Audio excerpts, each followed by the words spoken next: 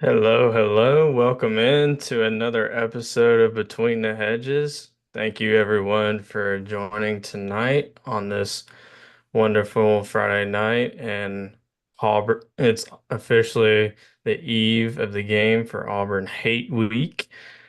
How's it going tonight? Oh, it's all good. Good to be back on another Friday night. Homecoming week for University of Georgia. Like you said, they're hosting Auburn this week, and Deep South's oldest rivalry is on deck. Played them every year. Well, not every year, but most every year since 1892. That's a That's long dang incredible. time. That's even before my time. Believe it or not. Yeah, exactly. I set you up on the tee for that one.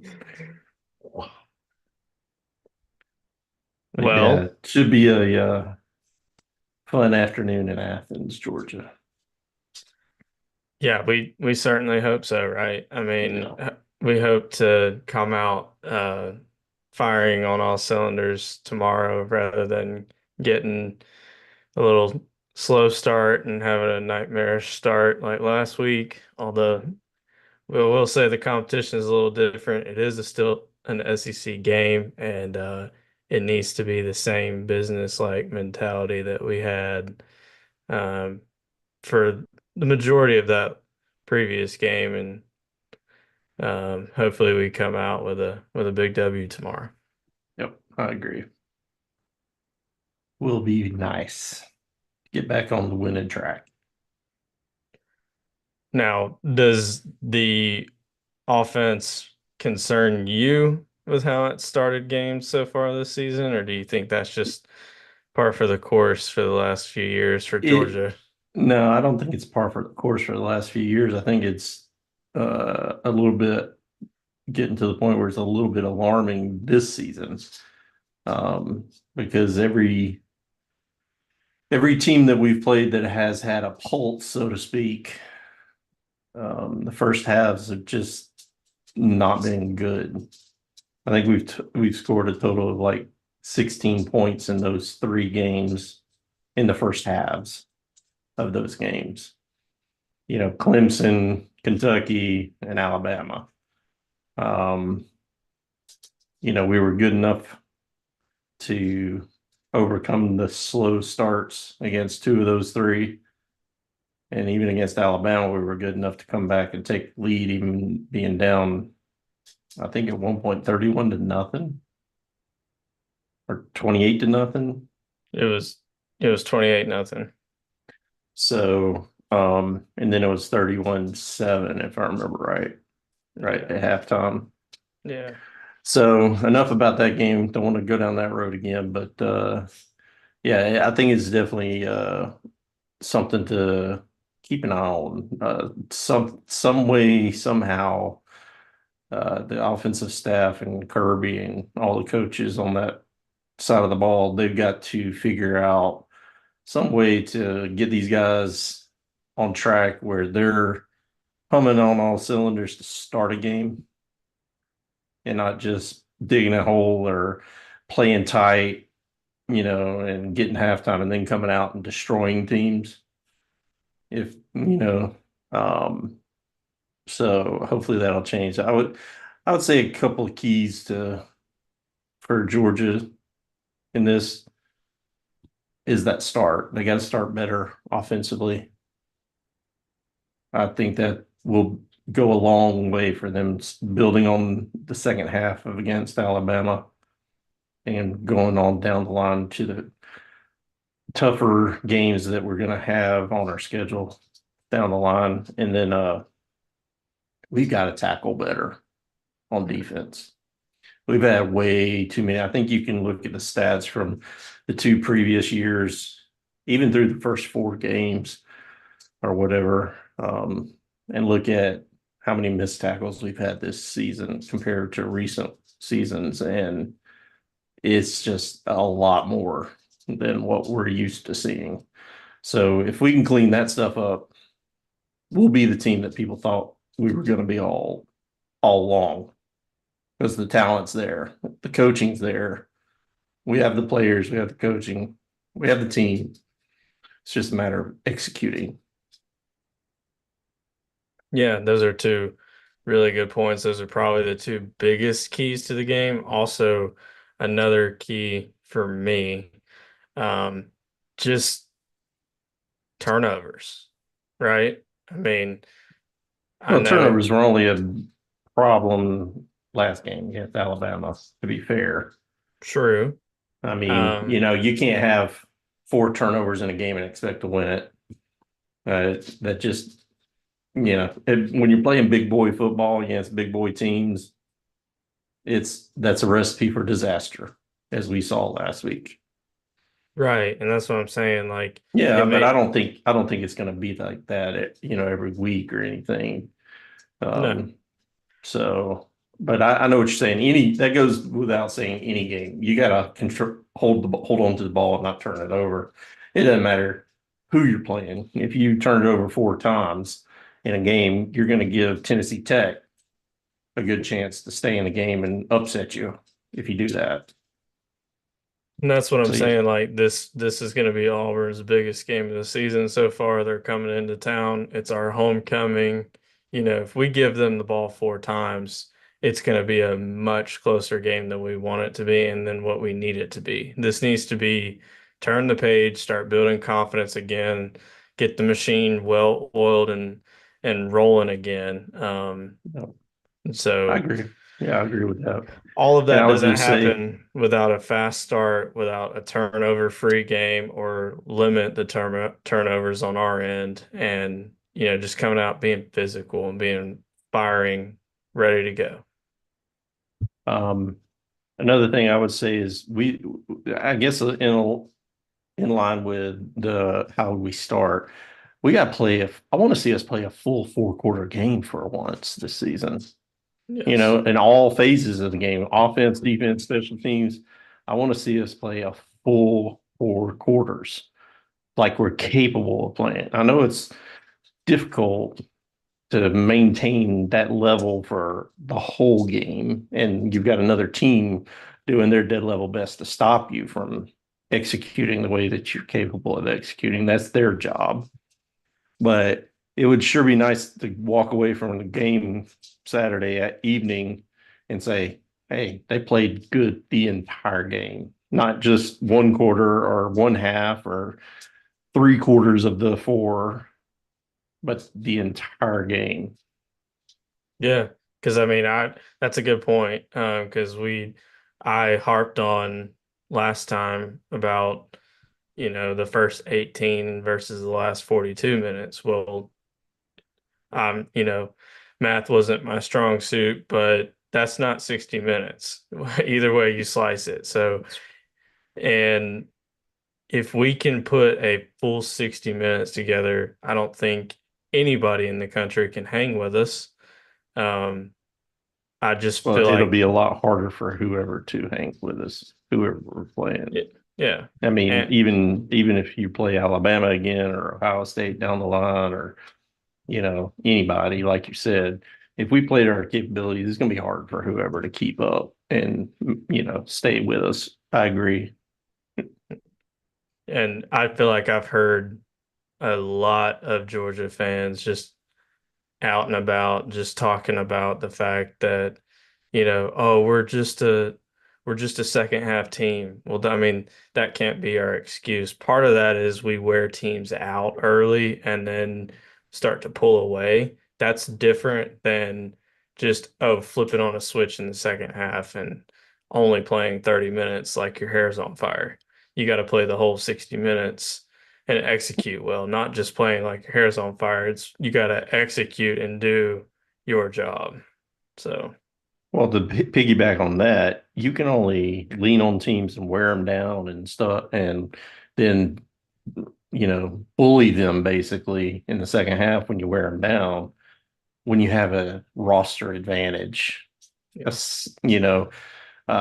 When you are the odds on better team on the roster and stuff against a team like Alabama or even Ohio State or, you know, some of these other teams, Texas, our roster advantage isn't going to be as big against those teams. So that's when the execution and you know, all comes is at a higher premium in those games because those teams can stand up and match you man to man a lot of times.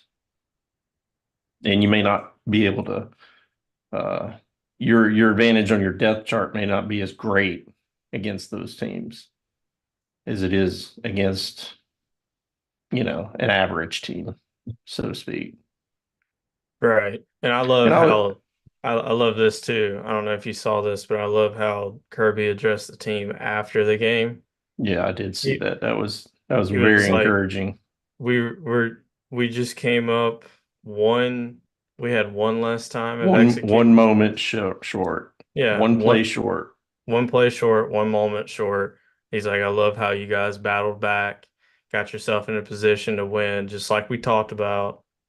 And he said that they talked about that at halftime. He's like, I don't know what's going to happen, but I know this. We're going to find out a lot about each one of you, your character, the character of this team. And yeah, so that's all very encouraging and pointing the right direction. Let's just see it come to fruition on the field tomorrow with all the things that we're saying. And I see we've got some people tuning in. We got some people watching in the chat, stuff like that. I just want to ask them, do you agree with what we're saying about the game, the keys to the game? Do you have something different that you feel is a good key to this game against Auburn this week, tomorrow? Just let us know, and we'll chime in and interact with you on that. Um, I don't know if you've seen or not, but we got a few players still out for this game. You want to go over that? You want me to? Yeah, that'll be good. Little injury report. All right. So for this game, our running back Roderick Robertson, he will not play. He's out. Not sure what the ailment is there. I don't really remember him coming up hurt or something, but I just know he's been designated on the new reports, the injury reports that they're doing. The SEC is doing this season. Also, linebacker Small Munden, he's not playing tomorrow. That could be he's like our quarterback on defense. So it's gonna be interesting to see who takes his place. Um, and hopefully all the communication and everything on the defensive side goes smoothly. Of course, Tate Ratledge, he's still out after suffering that injury against Kentucky. He's gonna be out a few more weeks if I had to guess. Um, D lineman Jordan Hall, he's questionable to be playing. So, chances are he's probably not if he's questionable. And then you got wideout London Humphreys. He's probable along with defensive lineman Michael Williams and also receiver Sakovi White and offensive lineman Jared Wilson are starting center.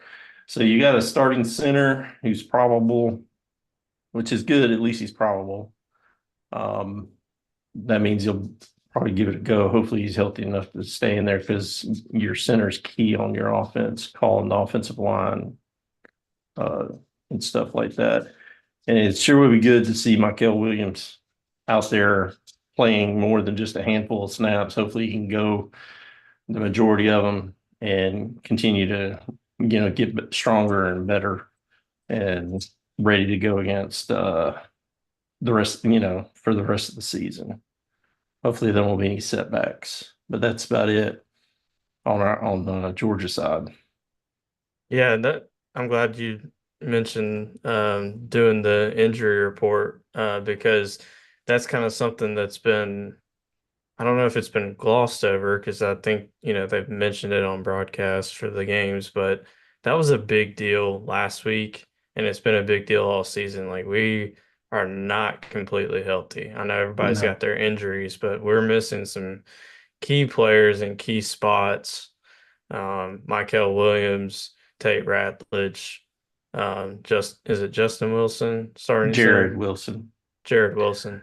So So if that Jared Wilson, if for some reason he can't go, then you got two of your five starting offensive linemen on the bench, that's hurt. huge If for that anybody. doesn't, hopefully Jared Wilson, since he's listed as probable, that means he's going to go unless something just creeps up in pregame or whatever that he just feels like he'll be doing a disservice being out there or something. Um, but yeah, then just real quick, I don't even know if these are starters. I haven't researched enough on Auburn's depth chart to know, but they've got three players also that are designated as out, and it's two defensive backs, Tyler Scott and Champ Anthony. You might check their depth chart if you can pull it up while I'm going through these and see how significant that is. I mean, if they got two starting DBs out, that could be a key to, us being able to throw the ball with a little less resistance from them. And, that may give us a good advantage in the game. And then also the other one that's designated as out is their tight end Brandon Frazier. So those three guys are out. We have three guys designated as out as well. Um, and then the rest on the injury report for them are probables. So that means they'll probably play. So I don't even guess it's really key. I guess you can keep an eye on them, see if they play, if they might get dinged up or re-aggravate something. It's an offensive lineman, Miller, last name of Miller, safety, another DB, that probably nursing something. Jaron Thompson, then a linebacker, Dorian Bossy Jr., another outside linebacker, Jalen McCloyd, and then it's interesting, their kicker, Alex McPherson. I don't know if he's their starter, whether he handles kickoff duties or place kicking duties or what, but if their kicker's banged up and nursing an injury, that could come, if it's a close game, which we hope it won't be, but if it is, then if they don't have their kicker, then that could play a big role for them. Yeah, I think McPherson is normally the guy. I saw that Magoo got in there last game for them, so that may be that may be But big for them. well, But like I said, all of those last guys are probable. They've got three guys listed out. The first three I talked about, and then the rest of them are probable. So to me, that means they're going to play if at all possible. yeah, I've got their roster pulled up. I don't necessarily have You don't see Tyler Scott or Champ Anthony, not as far as like a a depth depth chart. chart. I So gotcha. we'll have to look into that more, but in the future. But yeah, regardless, I mean, like I said, everybody does have some injuries, so that could, play in to tomorrow's game for sure. But we hope, not as much as it could, because you don't want to say, well, if we had that guy, we win the game. So, but So how do you if see this game going tomorrow then, if you had to guess? um well, I s- Auburn's Auburn's always a tough game. It's just like Kentucky to me. Usually we're the better team. Now, in the case of Auburn, they've had a few years in my lifetime where they were the better team and we were the underdog going into it. Um, so all in all, I think it's going to be a hard fought game. I do think that Georgia comes out, starts faster. I think that we kind of exercise whatever was ailing us against Alabama, and Georgia pulls away and covers the spread here. I think that Which let's say it's 24 and a half points, if I'm not mistaken. yeah, So that if they cover the spread, that's a butt whooping. I really think so. Because Auburn struggles so much on offense, and I don't Turnovers.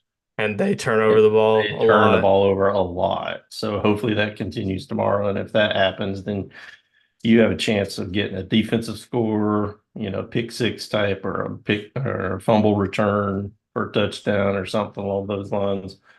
So that always helps you when you're covering a big spread like that is if you get those non-offensive touchdowns, and scores to help out. So, Yeah. but yeah, I see a lot of the same thing. I think I hope our coaches and all learn something about how maybe we should come out attacking whoever we're playing in that second half.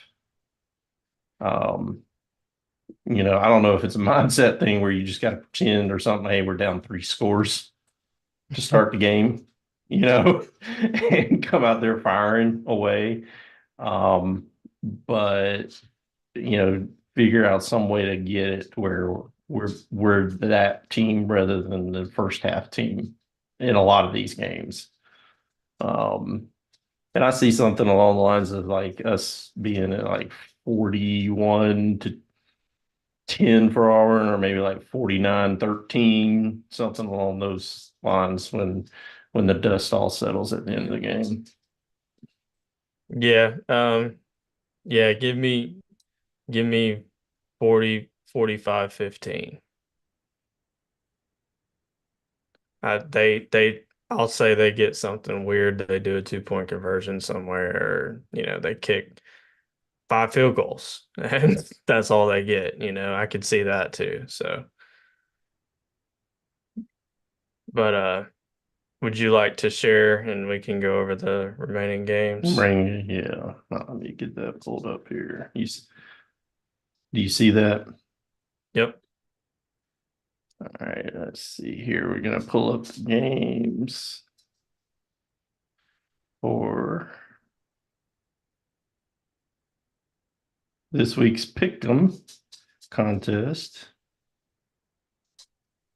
All right, for week 6, here we go. I think we've gone over the UGA game already in depth. You know, as you can see on the grid here, all three of us expect UGA to come out and basically stomp them.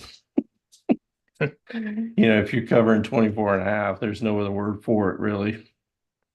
So we're all on the UGA train still. Imagine that. Then the Well, second game, we got Texas A&M at home, favored by 2.5 points versus Missouri. What are your thoughts on that one? You went with Missouri, so did I. It looks like Matthew's going the other side, Texas A&M. I'm assuming yeah, since they're the home team, but go ahead and say what you think on Texas A&M, Missouri. yeah, I mean, with it being 2.5, it's pretty much a pick 'em game. You're looking at less than a field goal or field goal difference. Um, yes, Texas A&M will be at home, but again, it's kind of like Auburn, except Texas A&M has a better roster. Texas A&M's had a tough time on offense this season. I think they're starting to figure out what their strengths are there. Um, but you know me, I've been on the Missouri train all season. It's not time for me to get off of it yet. They're still undefeated. Um, and I think that Missouri starts to, a lot like Georgia, find out some things about themselves, get things clicking, get things moving in the right direction, and I think they go into College Station and come out victorious. I think it probably comes down to um, whoever has the ball last, and I don't think it's a field goal. I think it's a touchdown game here. I can see that. I can see that definitely happening. Texas A&M is a very, very tough place to play. I mean, you got what, 110,000 seat stadium or something like that. So it can be an intimidating place. Um, I just think with Missouri's offense, I think they're going to be able to score enough. Um, and another thing that I was thinking about on this game when I was picking it was I think, Missouri hasn't lived up to what we thought they were going to be, so to speak, the last couple of games. They didn't put away what we feel are inferior opponents, right? Yeah, that's fair. I think being on the road might actually be a good thing for them because when they're on the road, all they got to do is just focus on the task at hand, the game. At home, a lot of times you can be distracted by a lot of other things. Being on the road where they're going to go through their game day routine and all they got to focus on is just playing the game and doing their best. That may actually help them focus, I think, and you might see more of the real team come, that we were expecting to see all along, so to speak. Yeah, and another thing that I thought about while picking this game, it's a noon game, so it's not going to be a late afternoon or evening game there like it was for Well, that's noon um Eastern, so it's going to be 11 a.m. out there when it starts in right, Texas. really early kickoff. And like I've said before, I think that's advantage to the road team if you can come out like you said and put the blinders on and just start fast. Yeah, So yeah. Then the next one we got Ohio State at home, favored by 19 and a half versus Iowa. Me in this game, I just see this as a simple thing. I mean, Ohio State's been rolling. I see them continuing to just roll. I don't think I was gonna come close to scoring enough points to stay in this game. So I think Ohio State should get a pretty comfortable win at home against Iowa.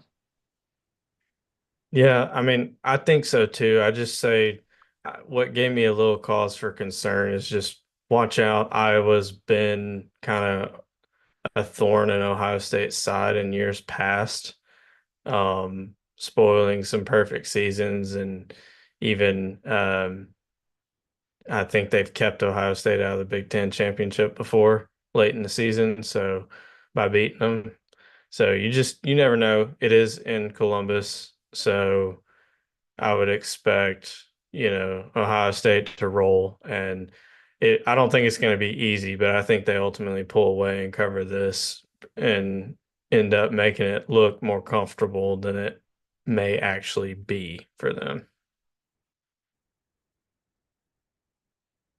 You're you're muted. Yeah. Sorry. And as you can see, that's another game where we all three agree Ohio State's gonna cover, and we're all picking them to cover that game. Um, then I think a very sneaky, interesting game of this week, this next one. And it's odd how often we've said that about a game involving South Carolina this year, but it has. They've been they've been a fun team to watch so far this season. So, and if I'm not mistaken, I think they're coming off a bye week. I don't think they played last week, if I'm not mistaken. Yeah. Um, so they're welcoming Ole Miss to town, fresh off their little upset at home at the hands of Kentucky. So Ole Miss favored by 9.5. You got the home dog in this matchup. All of us going taking the points and riding the South Carolina train this weekend. Um, I'll say to me the key is the defensive front of South Carolina. They've got some bad dudes on that defensive line, and how much pressure they're able to get on Dart. And hopefully, if since I'm picking South Carolina, I want them to keep it within 9.5. Some sacks involved, getting him on the ground, and then just totally disrupting Ole Miss's offense, similar to what Kentucky did. I mean, I think they gave a little bit of a blueprint about how to attack that offense. And until Ole Miss shows that they can, counteract that, that's what teams are going to do to them, at least try it. And um, if you ask me, South Carolina's front may be a little bit better than Kentucky's defensive front. So I think it's going to be another stiff test for Ole Miss, and that's the reason why I decided to take the home team plus the almost 10 points because you know that that crowd and that atmosphere is going to be bonkers, especially if South Carolina starts out playing well in that game. Yeah. Yeah. Of course, the strength of their team is the defense and the defensive front. I do think it's a little bit better than Kentucky's. That's why I think they'll be able to keep it close enough. Um, and who knows? I mean, it gets really crazy with Enter Sandman playing and everybody going nuts there. So it's a Georgia's gone there and had a really tough time in previous years, and I don't see it being any different for Ole Miss. Um, Getting to Dart, putting him on the ground, and then to me, if South Carolina's starting quarterback is healthy, which coming off a bye week, you would hope he got, a chance to be as healthy as he can be. Um, he poses a problem for their defense to tackle, and I don't see how Ole Miss had a tough time with Kentucky's defensive line blocking them, so I think it's more of the same this week. South Carolina might outright win this, but I'm not gonna go that far. I'm just saying it's possible. It's Yeah, possible. I think it's definitely a possibility. Is South Carolina's starting quarterback going to be back in the game? I haven't even looked at that, Let me see. but I probably should have since we're picking it. But I just didn't even check to see if he was back after coming off the bye week. I'm thinking he probably will be, and if he is, then he's the dual threat type quarterback that just like Brock Vandegrift from Kentucky was for against Ole Miss last week, and they had trouble with him, running and throwing. So unless Ole Miss has figured out some solutions to those problems, then they may have another long day in South Carolina tomorrow. Yeah. Yeah. I was trying to see if he's gonna start their quarterback. I don't see where it's been reported that he's out, so I'm assuming he will. I guess we'll keep an eye on that. And Okay. regardless of if he starts or not, I think they can run the ball really well on offense. It's just passing if he's not in the game that I worry about. But uh they've shown in recent weeks. I mean, they just came off of beating Akron before the bye 50-7 without their starting quarterback in the game. So Yeah, but you're overmatching that team. That's, true. But I mean, you you could know, still put up that's not offense. doing that against Ole Miss. Right. It'll make a difference if their starting quarterback isn't back healthy. And I guess I should have done a little more homework and checked on that before I made that pick. But I still think South Carolina will hold it close enough to keep it, you know, under 10 points, even if they lose. And then moving on to the next one, this is as you can see on the South Carolina game, we all agree. Then this next one, Washington's at home hosting Michigan. Yeah, a Big Ten matchup. Washington's favored by 2.5, and you and Matthew are going with the Wolverines out on the West Coast this game, and I'm taking Washington. What are your thoughts on this one? Well, I think I can't really speak for Matthew, but I can kind of guess. I think we're probably looking at Michigan being the more physical team still. Washington's lost a lot off their team, so has Michigan, but I think Michigan was able to retool definitely a lot more than Washington. Washington doesn't look anything like they did last year. Traveling out west, it's a long trip for Michigan, so and Washington's at home, so that's why you see them favored here, and rightfully so. If you're at home, you should be favored unless you're just totally outmatched. But I think Michigan's definitely the more physical team. I think if they can stick to their blueprint, which it's worked in recent weeks since the Texas game, just ground and pound, don't put the ball in harm's way, clock management, keep the ball away from the other team and keep the other team's defense on the field and yours off the field. It's a recipe for success. So this was pretty much a pick 'em. Give me Michigan outright, and I'll take the 2.5. Yeah, I just simply picked Washington because I think the two teams are pretty evenly matched. And one of the differences is, of course, Washington being at home. I think they'll feed off the energy of their home crowd, and I think that will make it more difficult for Michigan. And to me, Michigan just has trouble on offense. They have trouble scoring. So if Washington gets rolling, they can put some points on the board, I believe. So I decided to roll the dice and take the home team in this one. I think that travel is going to wear on Michigan. I think they've had a couple of higher emotionally charged games that they're coming off of.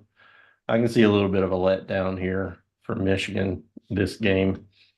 I don't think you know, they may be a little bit overlooking Washington in this and the travel and like I said, Washington being at home.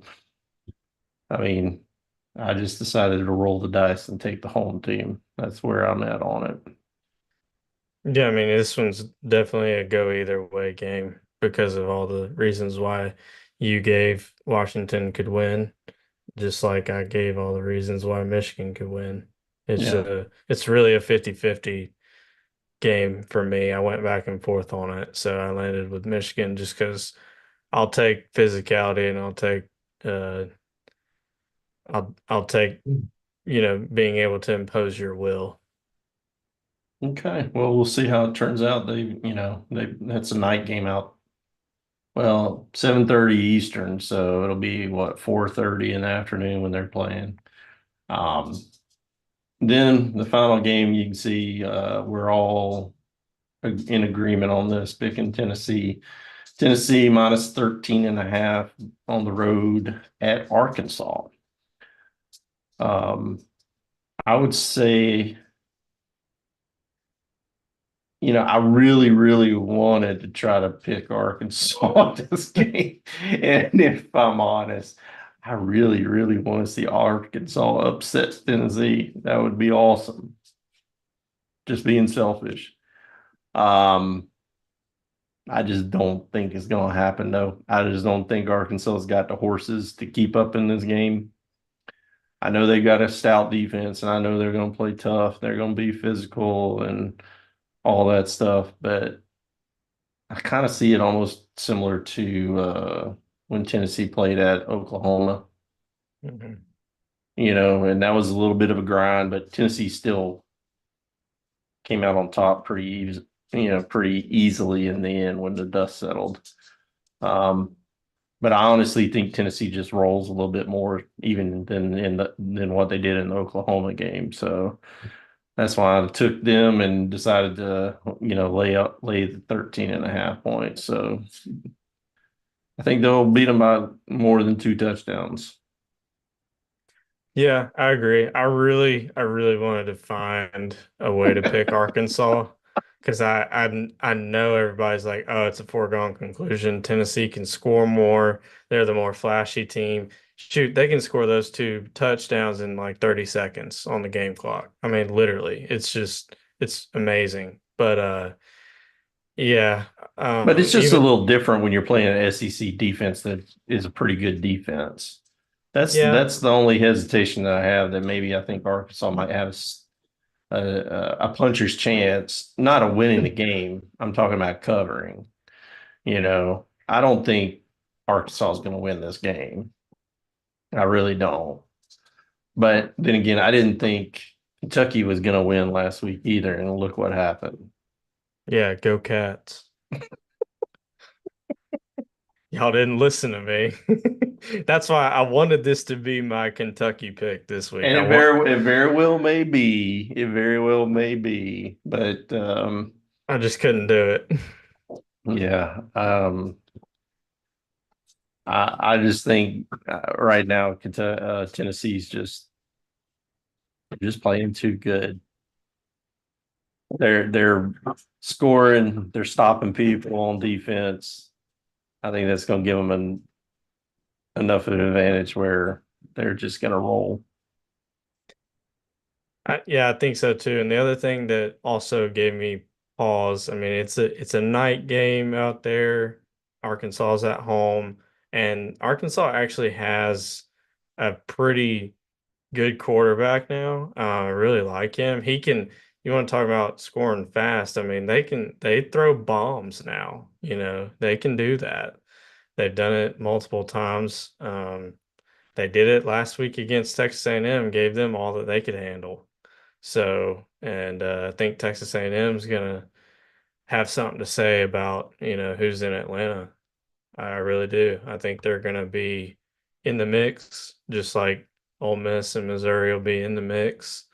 Um, don't know if any of those three will get there. Maybe one of them do, but um, yeah, I see them in Texas A&M's kind of creeping up into that upper echelon, and Arkansas again gave them fits. So we'll see. I wanted to pick Arkansas. I really did. Well, I definitely think it's going to be one of the sneakier, better games of this weekend. I Yeah. honestly do. Um, as long as Arkansas doesn't give Tennessee extra possessions by turning the ball over, Yeah. Which I you think they know, might. and if they do, then it's probably going to be a lot easier for Tennessee to cover this 13 and a half points then. Yeah. So yeah, that's the slate this weekend. Another good weekend of games. It's always good to have college football on Saturdays. It's the best time of the year, if you're asking me. Oh yeah. We're getting right into the meat of the schedule. It's a meat sandwich. So just sink your teeth into it, enjoy it. It's gonna be a fun finish. We're approaching the halfway mark. I know we call this week 6, but a lot of teams they may be playing their fifth game or they may be getting a bye. So we're not quite at the halfway point numerically on this schedule, but anyway, we're right into it. It's October. We're in October and November is where you decide your season. So it's time to turn it on. And I think teams are going to start separating from other teams. So start seeing who's really going to contend for the national championship and who's not. I agree. I think you're right. So let's start off October with a bang and kick the Auburn Tigers back to Alabama with their tail tucked between their legs. How about it? Yeah, that sounds pretty good. And like I said, it's Auburn Hate Week. I've seen a lot of really funny posts and memes and stuff like that. Um, it's fun when it's a rivalry like that. Oh So yeah. you always get up for these no matter the situation. Both teams could suck, they could be great, one could be great, the other could suck. It doesn't matter. It's a rivalry. It's a old Deep South's oldest rivalry. So I'm ready for it. Bring it on. We can't go 0-2 against State of Alabama, so time to make one of them feel bad for how the last one went. So, I'm with you. Let's do it. well, I think that just about wraps it up tonight. So I appreciate you being on here with me tonight. Appreciate everybody that tunes in either now or later. We do appreciate all the support.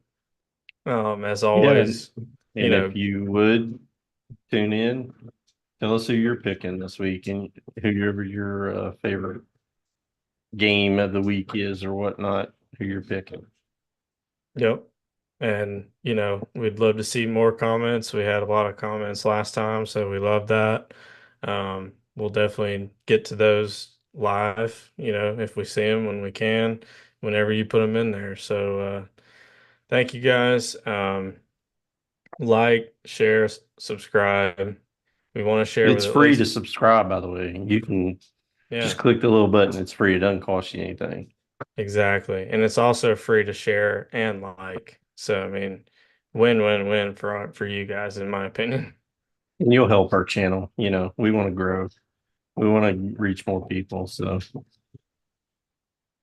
Absolutely. Well, um, everyone have a great Friday evening. Have a great weekend. Enjoy the slate of games.